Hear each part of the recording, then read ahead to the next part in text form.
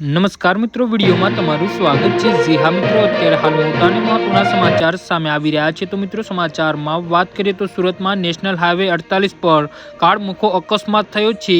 તો સુરત જિલ્લામાંથી પસાર થતા મુંબઈ અમદાવાદ નેશનલ હાઈવે 48 પર આજે વહેલી સવારે હિટ એન્ડ રનની એક અત્યંત કરુણ ઘટના સામે આવી છે।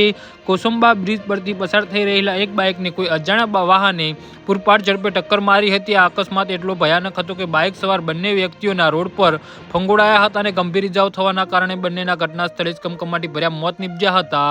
અકસ્માત સર્જાયા બાદ અજાણ્યા વાહન ચાલકે અંધારાનો લાભ લઈને પોતાના વાહન સાથે સ્થળ પરથી ફરાર થઈ ગયો હતો।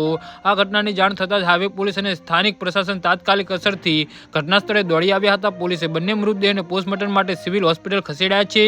તેમના પરિવારજનોને જાણ કરવાની તાજવીજ હાથ ધરી છે અને હાલમાં પોલીસે અજાણ્યા વાહન ચાલક વિરુદ્ધ ગુનો નોંધીને હાઈવે પર લગાવેલા સીસીટીવી ફૂટેજની તપાસ શરૂ કરી છે, જેથી ભાગી છૂટેલા વાહનને ઝડપી પાડી શકાય। આ અકસ્માતના કારણે નેશનલ હાઈવે પર થોડા સમય માટે ટ્રાફિક જામના દ્રશ્યો સર્જાયા હતા।